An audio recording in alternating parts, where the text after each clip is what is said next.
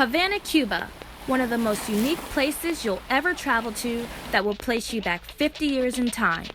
A city that will leave you absolutely speechless with so many stories to tell. Displaying endless gems on just about every corner, your imagination will take a beautiful adventure unlike any other place you have ever been.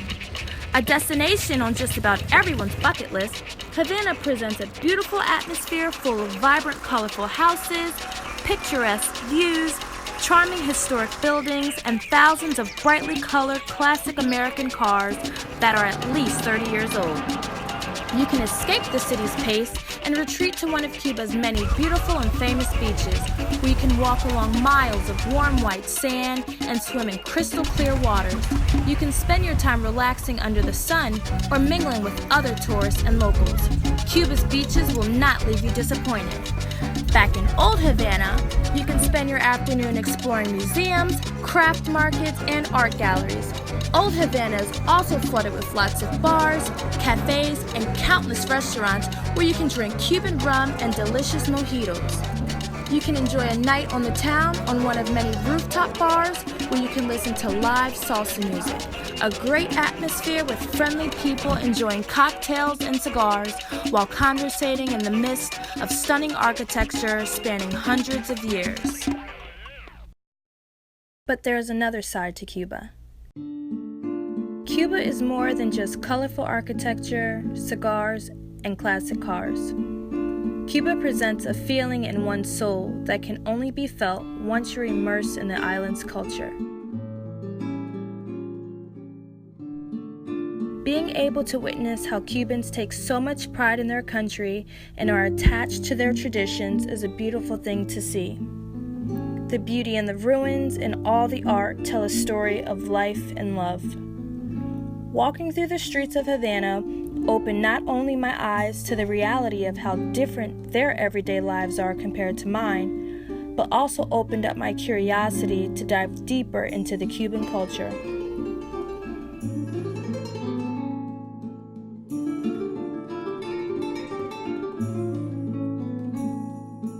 With every step through each alley, I became so captivated with my surroundings. I wanted to connect more, learn more, and see more from the Cuban people and their everyday lives.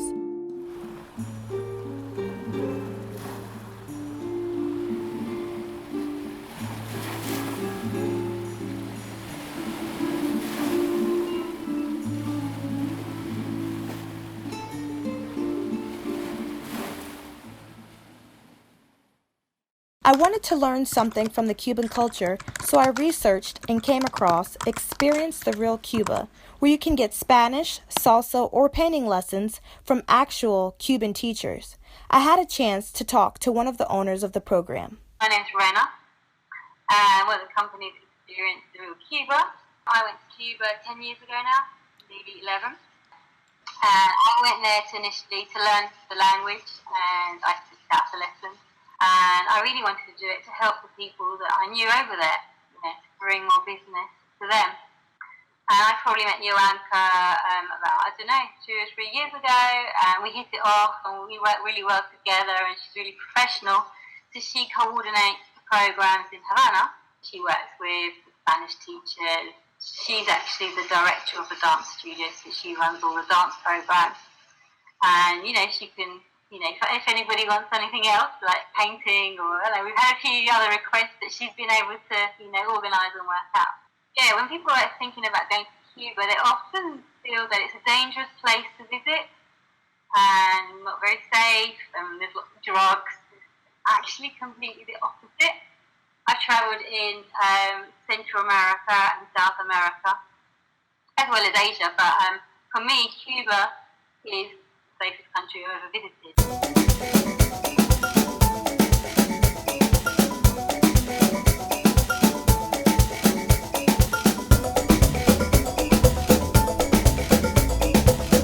So I'm here in Cuba about to have my very first salsa lesson, so let's see how it goes.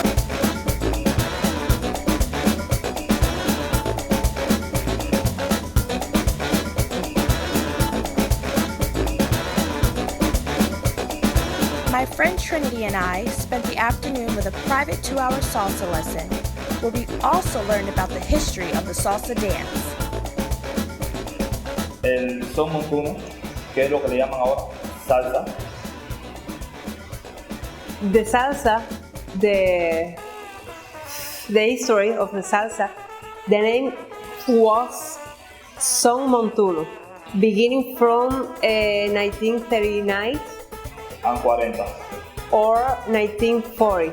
In 1959 or 58, in the war was many famous the Cuban music. Muchos cubanos Many Cubans emigraron hacia Estados Unidos. was for living in the United States, o fueron por su trabajo. for work or for live, and for that reason the Cuban music was known in the world. Por ejemplo, For example, Celia Cruz, El Ciego Maravilloso, El Ciego Maravilloso, la Sonora Matancera. La Sonora Matancera. 1930 changed the name to Salsa. So in the 1959 or 60, El Ciego Maravilloso puts more instruments to the original salsa, conga, trumpets, and in this moment she changed or evolution the music. SalsaAmiga was a great place to learn how to salsa, and to learn that Cuba was where salsa originated.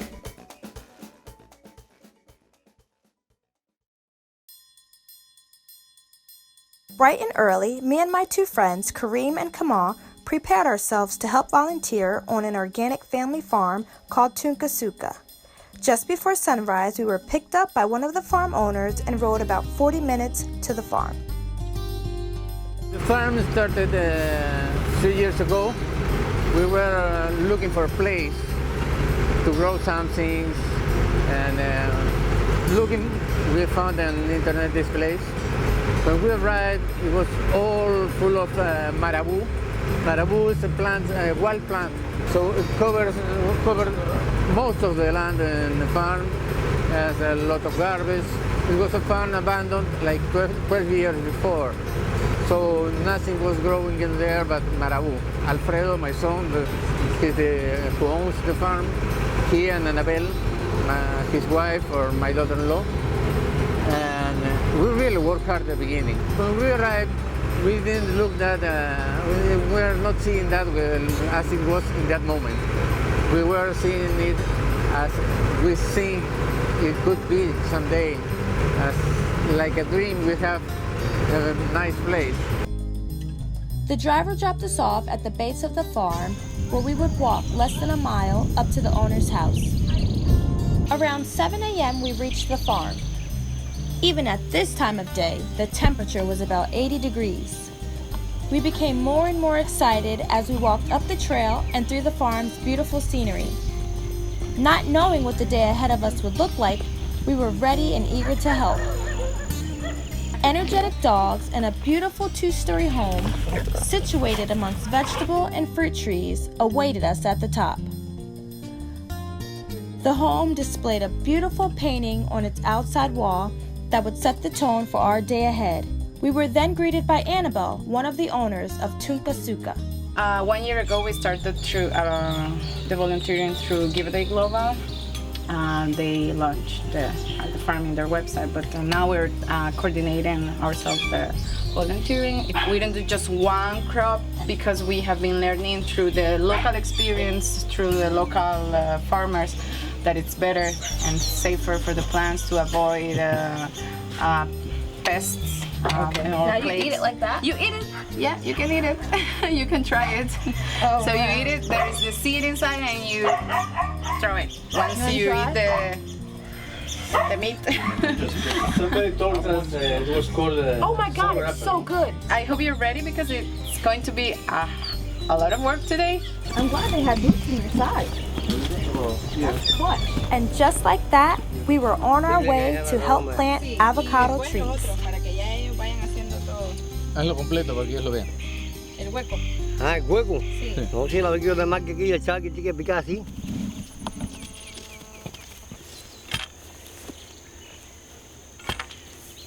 the weight of the tool.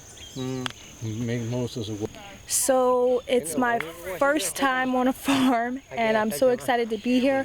This place is amazing and we're about to do some serious labor. But I'm excited and I'm ready to sweat.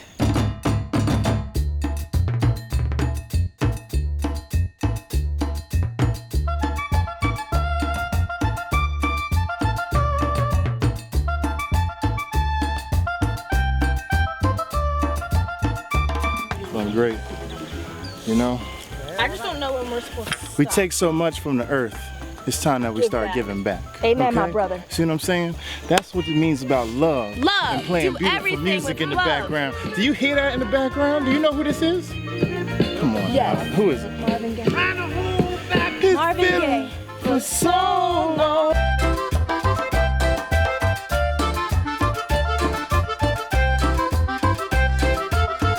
When we arrived here, we started making a lot of networking with our neighbors. It was thanks to them and a lot of exchange, a lot of trading that we were able to make new friends and to find people who wanted to work with us.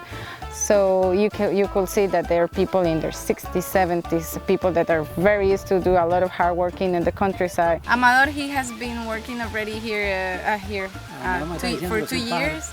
Amador is 77. 77. Me vas a rebajar un año. He's saying that I'm removing already 1 year. Sadly, there is a lot of erosion on that part. This is why we are trying to plant more trees because the landscape is very hilly, so it's very easy that the soil will be washed out when it's a rainy season, because when it rains it's like too much. So this is where we made where we grow mushrooms, edible mushrooms and medicinal ones. So we made through Alfredo, my husband, he went to some classes in an institute, Cuban institute, that they teach you how to grow mushroom. This was an exchange program with FAO, the Food Organization of the United Nations. So they were trying to encourage Cubans to grow mushrooms in order to get good protein in their regular diet. Building this palm tree wood house, which is great because you can make great things with palm trees. So we made it because in order to grow mushrooms you need a lot of shade and humidity, and because it's a very windy weather you need to protect the mushrooms mycelium, or what I will say the seeds, from getting other bacteria from it. Just around noon, we then helped Annabelle, who is also a chef, prepare an organic farm-to-table lunch. We were talking about relationships, and if you find one with these, that means you're gonna have love. You're gonna get married. Get married. I absolutely love to eat, so I was anxious for the meal ahead. Everything was so fresh. I helped pick the cherry tomatoes in the field that would be used in the salad. Lunch included 2 different salads, fresh baked fish, smashed beans, rice, and a homemade dressing. The most delicious and healthiest meal I have ever had, and a beautiful ending to a day learning, listening, helping, and growing on a farm in Cuba. From a private salsa lesson to volunteering on a farm, there is much more to see and do off the beaten path of the city of Havana. I encourage you on your next adventure to dive deeper into the country and embrace the culture.